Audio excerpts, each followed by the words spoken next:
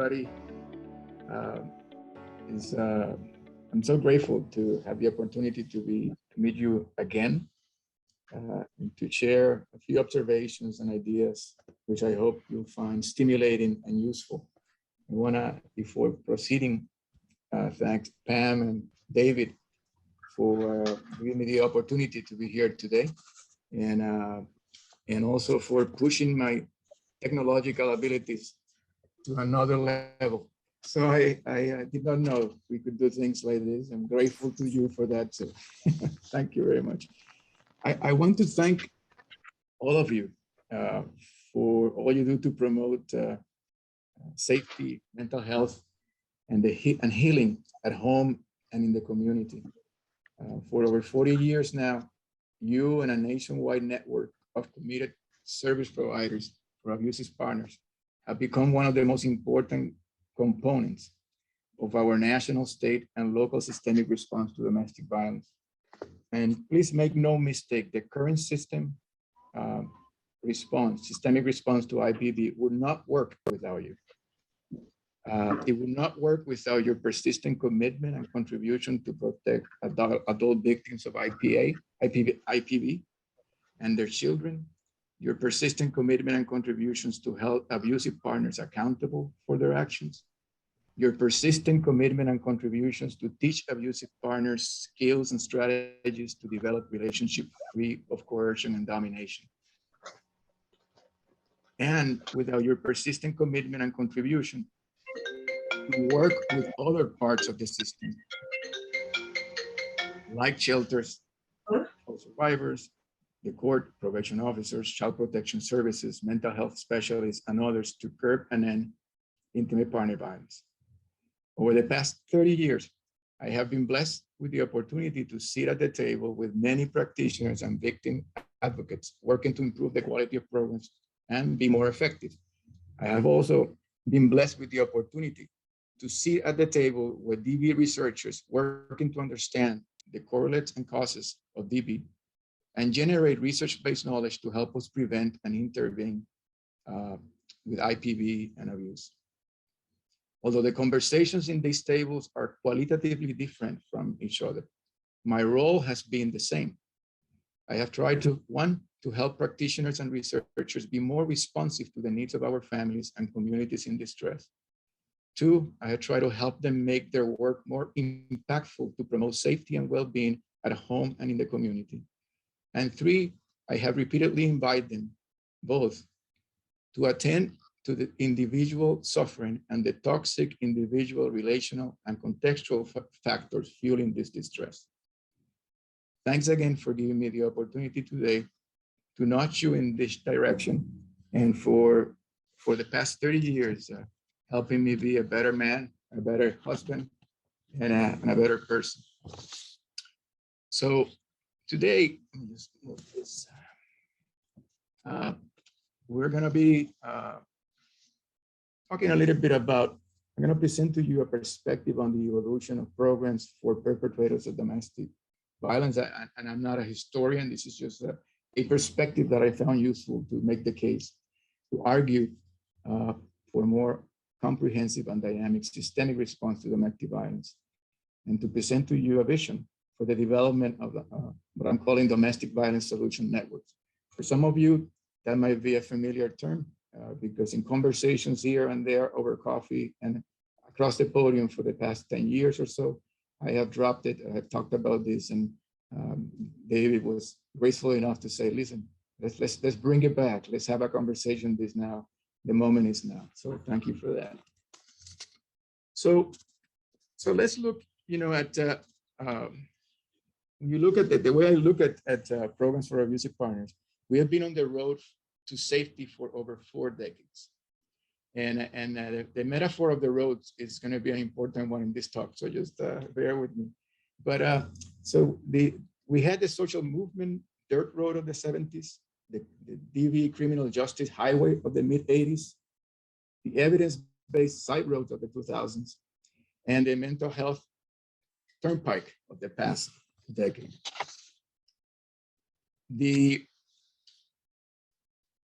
A dirt road is a type of unpaved road made from the native materials of the land through which one passes. Their roads are often have different characteristics according to the soils and the geology where they pass. They may be sandy, stony, rocky, or have bare surface. And that was actually a good description of what the social movement, their road of the 70s and early 80s was. You know, these were slow growing men's program, part of a social movement, small part of what was then an unknown to everybody, an emerging systemic response to DB, guided strongly by commitment to social justice, equity, egalitarianism, and social change.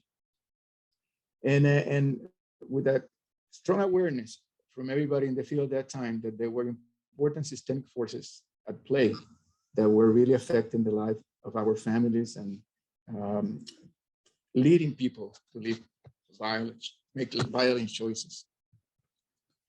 A little bit later during the 80s and into the 90s, we went into this, what I call it, the criminal justice highway.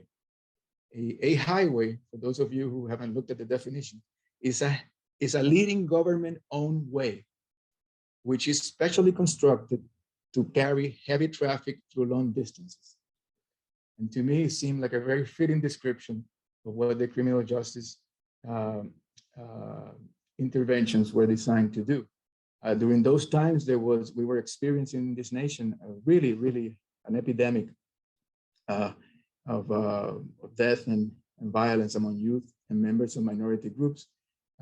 Criminalization of violence against women became a reality that led to an explosion in programs for men. Intervention programs for abusers became all of a sudden an important part of the criminal justice response to DV, which at the time, given where we were as a field, which wasn't really like a field yet, we were just given where we were, favored the adoption of structured curriculum-based behavioral-oriented programs over other alternatives. The expansion, the growth of the programs came with a very high price in the sense that it set up very high expectations as defined by the criminal justice systems of what we could do, in part because nobody else was doing anything else that really dealt with the root causes of the violence. So a lot of it was put on our shoulders. Commitments of social justice, gender equity, and social change became secondary during that time. Then we had in the 2000s, the evidence-based side road, I call the side road. And a side road is a narrow street typically leading off a main road. A side road may be so minor as to have no name or number. Typically, only people who know them take them. Okay, so and to me, that's also fitting description of what a lot happened with the evidence-based work in our field and the programs that work that way. Rates of DV had remained really too high. Rates of violence crimes are going up. The number of privatized prisons was going up. Mass incarceration of Black and brown people was in full force, and we were facing an economic crisis. And so faced with that, there was a push to apply biomedical criteria and experimental methodology to the evaluation and effectiveness of our intervention programs and to define evidence that way. Random assignment of participants, and you know the whole story. In the process, commitments to social justice, gender equity, and social change didn't seem necessary when we were taking that road. Now, then we move into the mental health turnpike of the past decade. And a turnpike is a high-speed highway maintained by tolls. Okay. When using this highway, you pay for the benefit of getting to your destination faster, which is actually, to me, another fitting example of what's happening. What's happening with the increase on the mental health emphasis in our services. There was a predictable expansion of efforts by mental health professionals into what they perceive to be a new market. A trend to turn group interventions with perpetrators of intimate partnering into a form of therapy, various forms of therapy, addressing emotional needs and well-being of the clients. Different set of credentials were often asked. So now different population of providers is present at the table. And the commitment of social justice, to, the way it tends to be for folks in the mental health profession, which I am a member, and a lot of the people that I love and help me raise and grow are in the field. They are welcome, but not necessarily central to the work. Now, so let's take a pit stop, so to speak, and see what else was happening during those 40 years en route to safety. So we have what I call a parallel kind of like multi-lane. So I got myself out of place here. So we have a parallel multi-lane research highway that was also being built at the same time that we were developing our field. There were tons of research in different areas. The ones that are of most relevant to us had to do with IPV incidence and prevalence, impact of IPV, correlates and risk factors, studies of intervention with perpetrators, some about protective factors, and now more recently, impact of trauma. I'm going to emphasize on a couple of them as we talk, not on all of them, to help make the case. So in terms of legal interventions with abusive men, plenty of work has been done, and evidence is there that protective orders are an effective form of violence deterrence for more than 1/2 of the men. Okay, so there's some men for whom this is an effective form of deterrence. There's approximately 2/3 of all men arrested for domestic violence offenses who do not reassault within 6 months. So that we have that's another piece of the puzzle there that it seems to contributing in that direction. And we also have come to know that coordinated community response networks and judicial oversight significantly enhance the efficacy of various interventions and further reduce IPV recidivism. Since the 80s, there have been 60 published program evaluations looking at the effectiveness of domestic violence intervention programs in preventing reassaults. The outcome studies consistently report lower rates of reassault by men who complete intervention programs. Quasi-experimental evaluations have found intervention programs to prevent reassault for about 2/3 of participants who complete the programs when compared to non-completed. And about 20% of men in the programs are now pretty much known to continuously reassault, a population of great concern to all of you. In recent years, I mean, and many of you, and I think when I joined in, I think I heard Pam alluding to this. In the 90s and the mid-2000s, meta-analysis of battering intervention programs and experimental studies questioned the effectiveness of PIPs and indicated that perhaps our interventions had little or no program effect. In recent years, however, there has been a new wave of meta-analysis by research teams in the US and Europe, suggesting that BIPs make significant contributions to the prevention and reassault in intimate partner relationships. These analyses are important because they include a larger pool of controlled studies and new studies with hybrid approaches to treatment that have been produced since the earlier meta-analyses were conducted.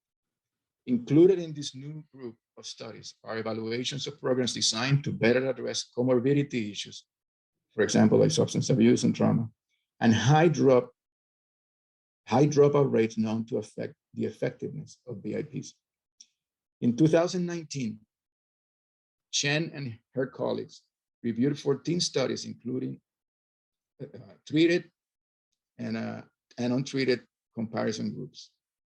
The results indicated that BIP participants were about 3 times less likely to have PV recidivism and about 2.5 times less likely to have general offense recidivism compared to non-treated control comparison groups. Also in 2019, Teresa Gannon and her colleagues looked at 14 domestic violence studies of intervention programs led by what they call professionals, and found that intervention programs are effective in reducing violence for male perpetration in IPV comparing post to pre-intervention. They further reported that a relative reduction of 36% for domestic violence programs. The same year, Grumar Karacourt and her colleagues evaluated 17 outcome studies looking at 1,492 participants. They said, and I quote, "The examination of pooled pre and post data from the 70 studies indicated that intervention programs that are designed for male perpetrators are an effective way to reduce violence and at post-test. When conducting exploratory group analysis, we found that treatment approaches incorporating substance abuse and trauma yielded better results. Although different intervention methods, CBT, use of motivational interviewing, standard treatment, which they call Duluth, were not significantly better when compared with each other. Quote, pre-post studies which use augmented substance abuse and trauma treatment yielded better results in reducing the violence of perpetrators. Finally, in 2021, Aim Travers and her colleagues looked at 31 outcome studies for the purpose of evaluating the types of interventions being used to prevent IPV recidivism in the past decade, and to assess evidence for interventions situated in what they call a risk need responsivity framework in comparison to the more traditional one-size-fits-all approach. Their analysis show that RNA-informed programs, i.e., that means individualized treatment programs, demonstrated effect sizes suggesting potential reductions in recidivism of 65% to 79% for studies with follow-up up to a year or less. Studies with follow-up of 13 to 24 months also demonstrated positive effect of treatments. They also reported promising results in support of acceptance and commitment therapy and cognitive behavioral therapy. New analysis of the effectiveness of VIP are more in line with what we had found to be the case with the outcome program evaluations and quasi-experimental studies. This research, the new research, help us appreciate the limitations of earlier wave of meta-analysis and help us construct a more accurate narrative about the effectiveness of battery intervention programs. More importantly, they highlight innovative efforts taking place in the field to better respond to the multiple needs of abusive partners attending intervention programs and the positive impact of these efforts in preventing the assault. Now, let's look at the construction of the research piece. Let's look at the research on risk and protective factors for perpetration of violence. There's a great deal of information. We have as we move into this into the multi-lane D-Way of highway research. And for those of you, I know that you're familiar with this, but worth repeating, a risk factor is a variable or situation associated with an increased probability of exhibiting a particular behavior. Although risk factors are frequently correlational and not causal, together they contribute to creating environments for toxic conditions to emerge and be sustained. In this graphic, you can see various risk factors for IPV perpetration across the 4 levels of socio-ecological model. This model, it considers the interplay between individual, relationship, community, and societal factors. And it allows to understand a little bit the relation between this. The outer ring looks at societal factors that help create a climate in which violence is encouraged or inhibited. These factors include social, cultural norms that support the use of violence, and as well as health, economic, educational, and social policies that help maintain economic, social, gender, and racial inequities. The community ring includes settings such as the workplace, neighborhoods in which social relationships occur. Relationships obviously include the qualities of the relationship that may increase the risks of violence. And the individual includes mainly the biological and personal history factors that increase the likelihood of becoming a perpetrator of violence. So there's a whole bunch of factors that have been identified there that are relevant for the work that we do, not only because they lead for and they prepare new generations of perpetrators to come to our attention, but they also are, they conspire against our efforts to move the needle and help the men live life without violence. Now, many of you are familiar with the ACEs study, and it's a veritable avalanche now of work done on this issue of trauma and the impact of trauma in people's life. The important thing for us to remember is that there is actually significant, a tremendous impact in the health and well-being of people who have gone through traumatic experiences that need to be taken into account. And it's an important factor also interfering and affecting with our ability to promote the type of change that we aspire to promote. Partners in abusing relationships and experience considerably more traumatic, have considerably more traumatic experiences than the general population. When you think about, for example, this type of common traumatic experiences, you can yourself realize it by thinking of the people that you work with, how many of this they have gone through, how many of them they're dealing with. And in what we have learned from the research on trauma, and is that there is a dosage effect and a very debilitating, which has a very debilitating impact both on the biological, emotional, physical, cognitive, and behavioral life dimensions of life for the people that we work with, and to operate without being fully aware of this impact and incorporating strategies to help offset this is actually, for me at this point, is to really do work with one hand tied to your back. Now,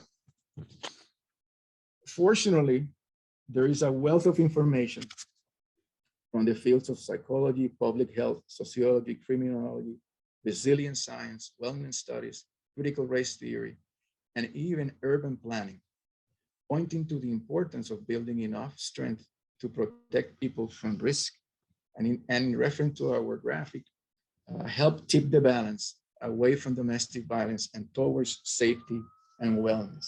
So there's plenty of evidence out there suggesting that factors like culture that fosters independence, collective and political intelligence, presidential mobility can and do kind of like protect people from violence. We know that peer support, participation in decision making, growth orientation at the relationship level are important protective factors also for the perpetration of violence. At the individual level, we know the sense of control, self-efficacy, conflict resolution skills, empathy, motivation to change, and staking conformity are all factors that have been known to be protective, to help us in our cause. I recommend for those of you, and at the end of the presentation, it will include it with the PowerPoint. You will get a list of resources and suggestions for you. But I recommend that you read Victoria Banyard's and our own Sherry Hamby's new book, Strength-Based Prevention, Reducing Violence and Other Public Health Problems, to learn to think about prevention this way and to explore the implications of this way of thinking for your work with abusive partners. And the reference is included it will be included with these slides. There's also a couple of presentations that are recorded by them in the YouTube of the Melissa Institute for Violence Prevention and Treatment, the YouTube channel, that are available to you if you like to go there. So let's take time now to adjust our rear view mirror and see, to cover some of the blind spots of, that of the road that we had taken through all this time. Hold on one second.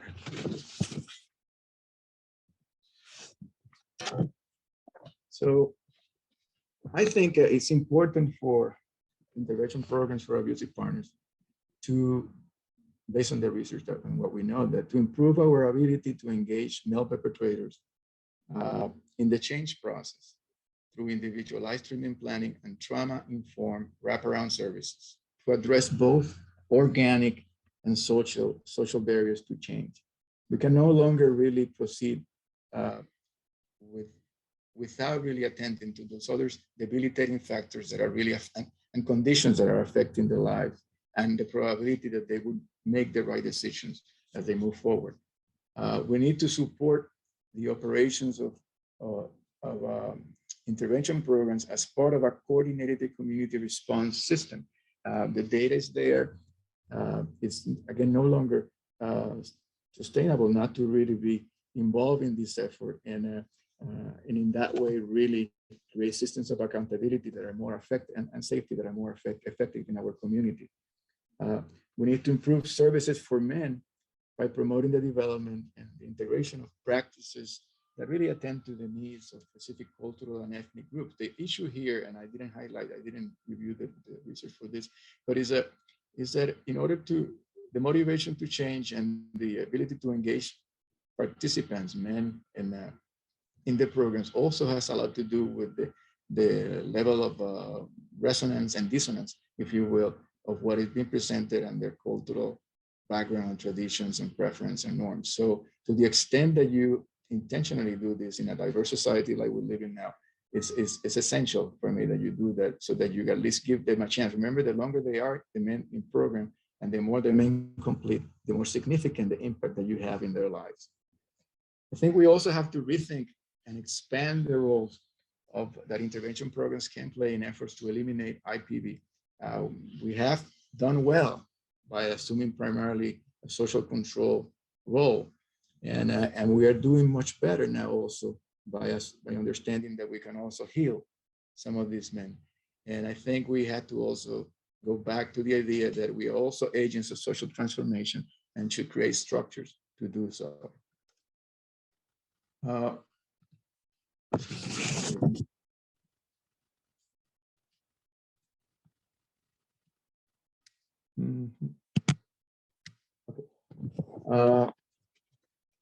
Other blind spots that we need to attend is to develop targeted responses. And I know for any of the things that I'm talking about, there's great variability in the field. Some folks are doing some of the things, others are not. But so I'm presenting it in general terms because I think everybody ought to be paying attention to these blind spots that are affecting the probability that the work that you do is being effective. Develop targeted responses to repeaters, infuse relevant research findings in the design of your program practices, your assessment and interventions after 40 plus years of working in the field, and that avalanche of research has been developed. There's actually needs to be an intent to really include a lot of that information among the tools and the things that we use to try to assess and define interventions for the men that we work with. We had to be proactive in engaging researchers to study issues of theoretical importance for the field and of vital practical significance for the safety and well-being of women and children. What we're getting in return for the huge amount of research that has been done is not that great. As a researcher, I can tell you that, but I say that, and this has been said over the years by leading scholars, people wiser and older than me, and who have really been looking at the issues, said we continue not to look at the factors that are really increasing the odds that people would be really turn into violence as a way of operating. We continue to do to choose to ask questions that we can research more, like that psychologists and others and researchers can look at, and not often the kind of questions that the practitioners know need to be answered. and that to help the men and protect the women and also the children involved in this situation. So it's very important that we don't become passive in this process, that we reach out directly, that we create structures to do so at a forthcoming conference that David is also organizing in Michigan. I'll be presenting along with Eric Malowski and some ideas on how to do this better. Shift the context of our work from providing services to male perpetrators to generating solutions to the problem of domestic violence. So in that regard, I think I'd like to make a call to action to you, consistent with the spirit of the conference and the reason that I think in part David asked me to address you, is that it's also time for BPs to lead in the development of a system-wide risk reduction and wellness promotion approaches to help address the toxic conditions fueling the violence and to promote safety at home and in the community.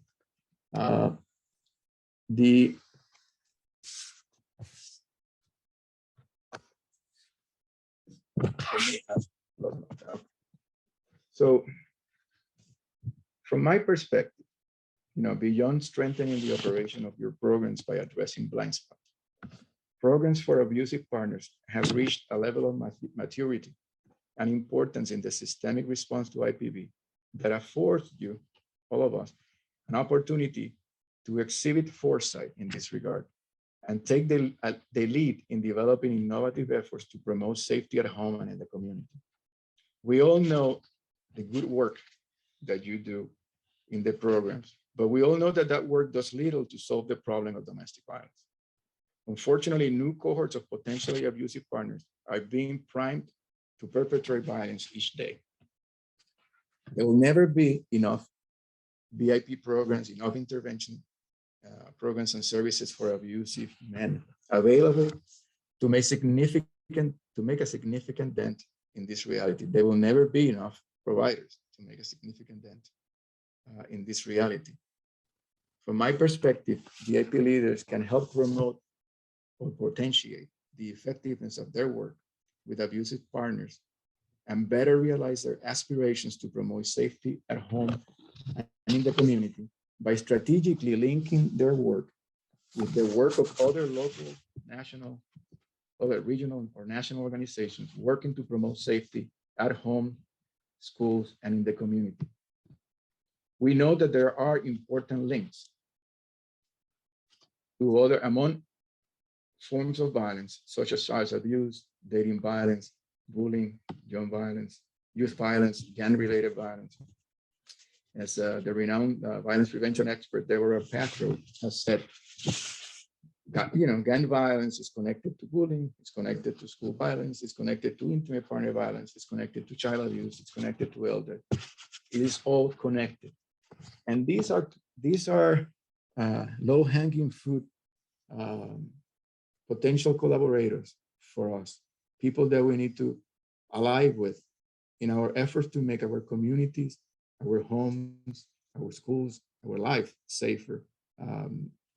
Now, transforming the IPs into DV solution network require that your program intentionally promote values and practices that foster individual, relational, and community well-being. So I pose these in questions to you so that you can almost do your own self-assessment to the extent to which your program is doing this and where you might want to wish to kind of like begin the transformation.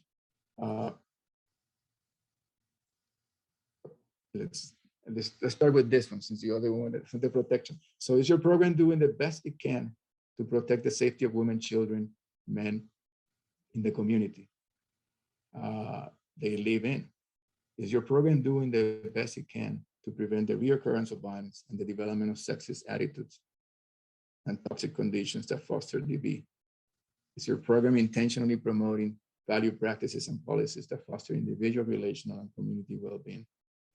Do the practices of your organization promote cultural proficiency and fairness? And is your organization intentionally linking existing resources and talents in your community to NDV? The shelters, the police, the schools, the places of worship, hospitals, the courts, etc. Are they involved in the process? How do their involvement with you benefits also these organizations? So I like to think about this as the 4 P's of domestic violence solution networks. David, how are we doing with time? I just want to make sure. Doing good? You have 20 minutes left. All right. We'll have time to maybe take a few questions. So, so we have what I call the 4 P's of domestic violence solution networks: protection, prevention, promotion, and partnerships. The area of protection, initiatives that contribute to protect the safety of women, children, men, and the communities they live in the areas of prevention, initiatives to prevent the reoccurrence of violence and the development of sexist attitudes and toxic conditions fostering DV and new generations of DV perpetrators, as well as policies and programs to strengthen household, financial security, education, employment opportunities, etc. And these efforts, all these efforts, the protection, prevention, promotion efforts, have to be built on the shared commitments to safety and expertise and capabilities of partners of these networks. So this is the field is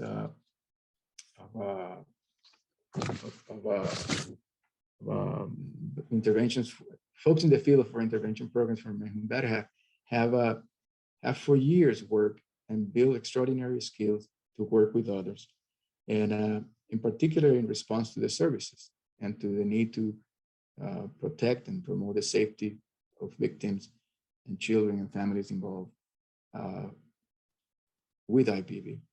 What I'm suggesting is that we move forward in expanding that,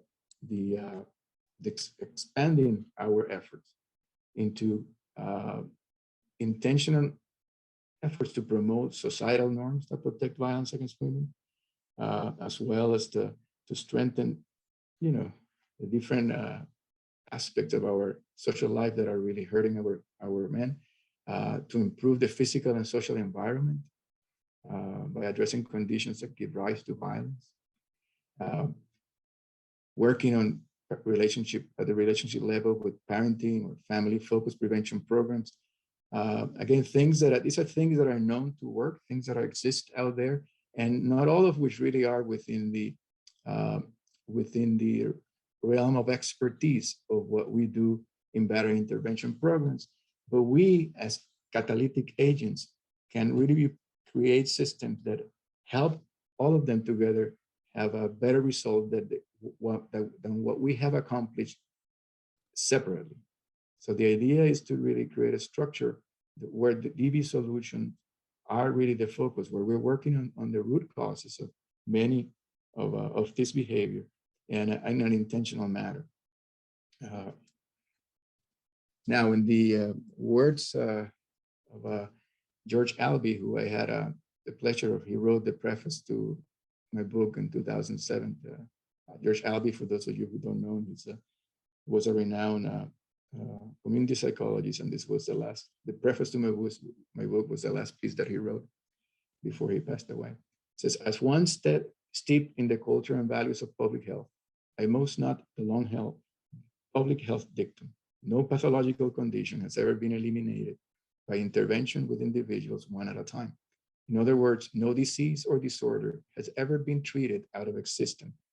The benefit of working with individuals damaged by the exploitative system is that we learn the nature and causes of injustice that produce the toxic social stresses.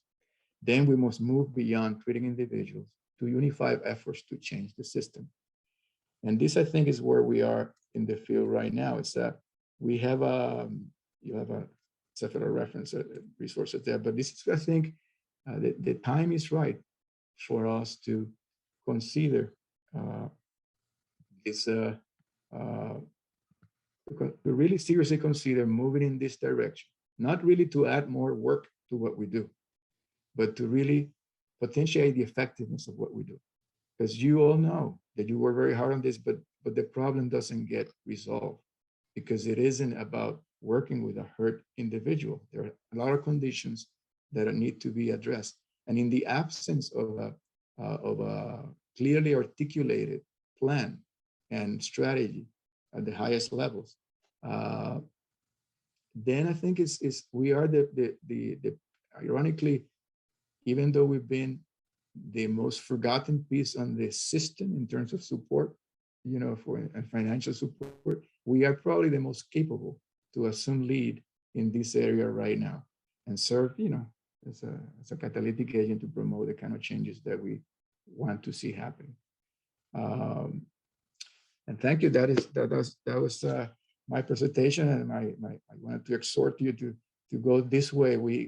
This is more like it would be more like a dirt road.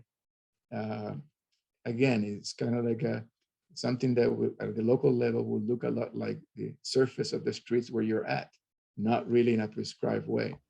But it's an effort that we need to engage in if we really want to be honest with ourselves and really give the women, the children, the men that we trying to help a fair chance.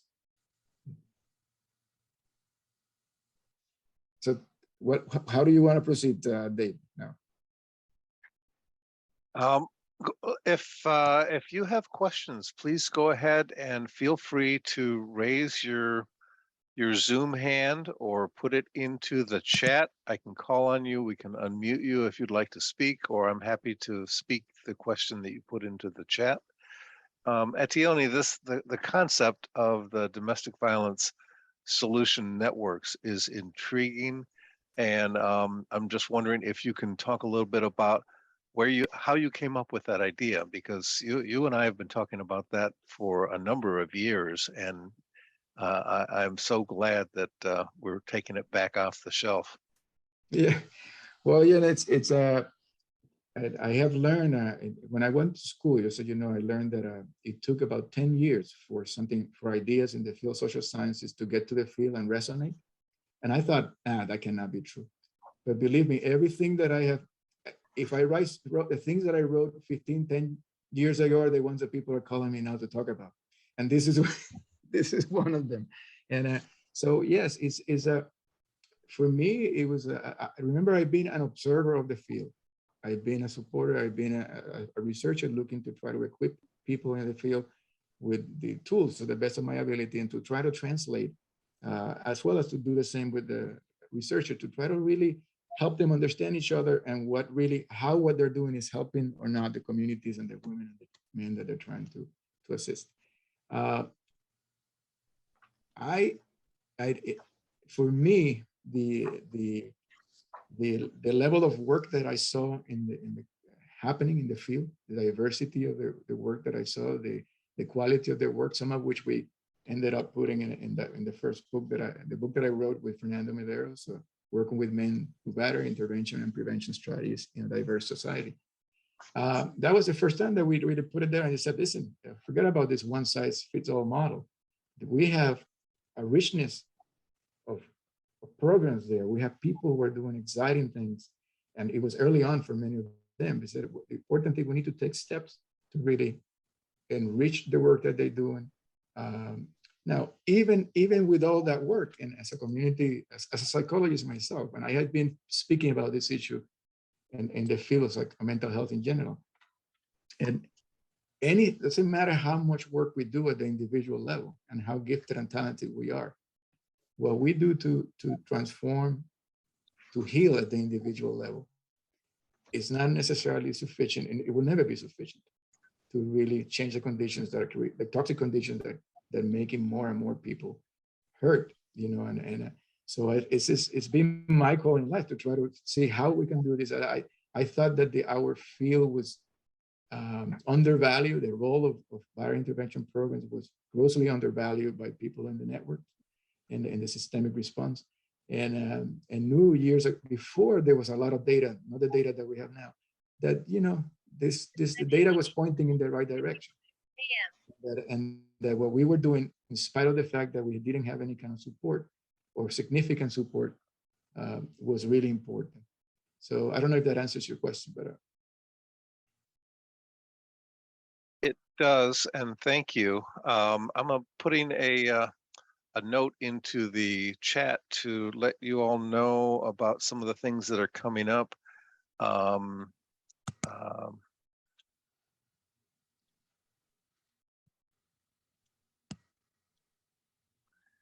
while you do that, just there- so you know, and let people know, I appreciate very much the comments that you're sending.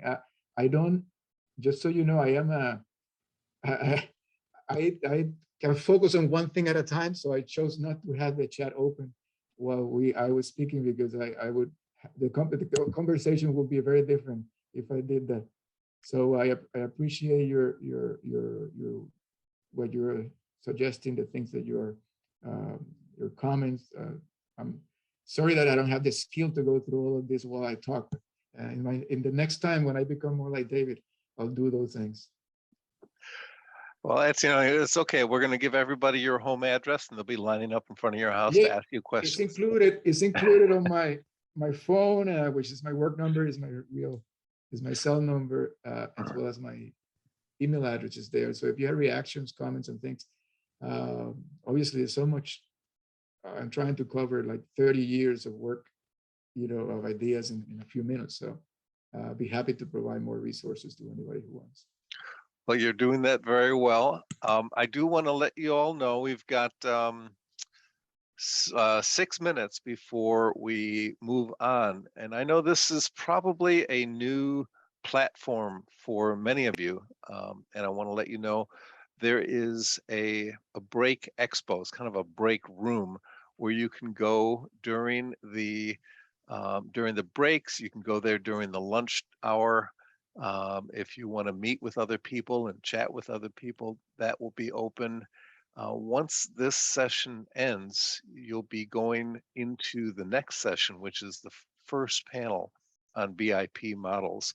And we're really excited to bring to you these 8 different models, 4 in each panel, and look forward to your joining those sessions.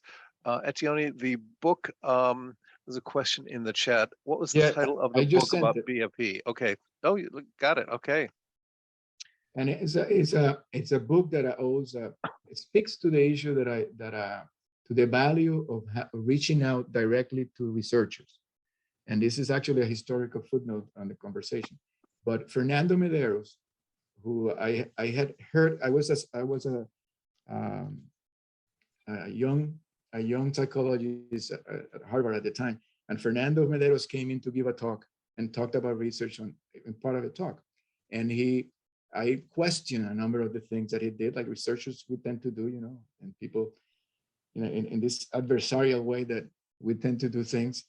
And he was so kind that he asked for my name and number and called me and said, "I'd like to talk with you. I'd like to meet you. I'd like to hear."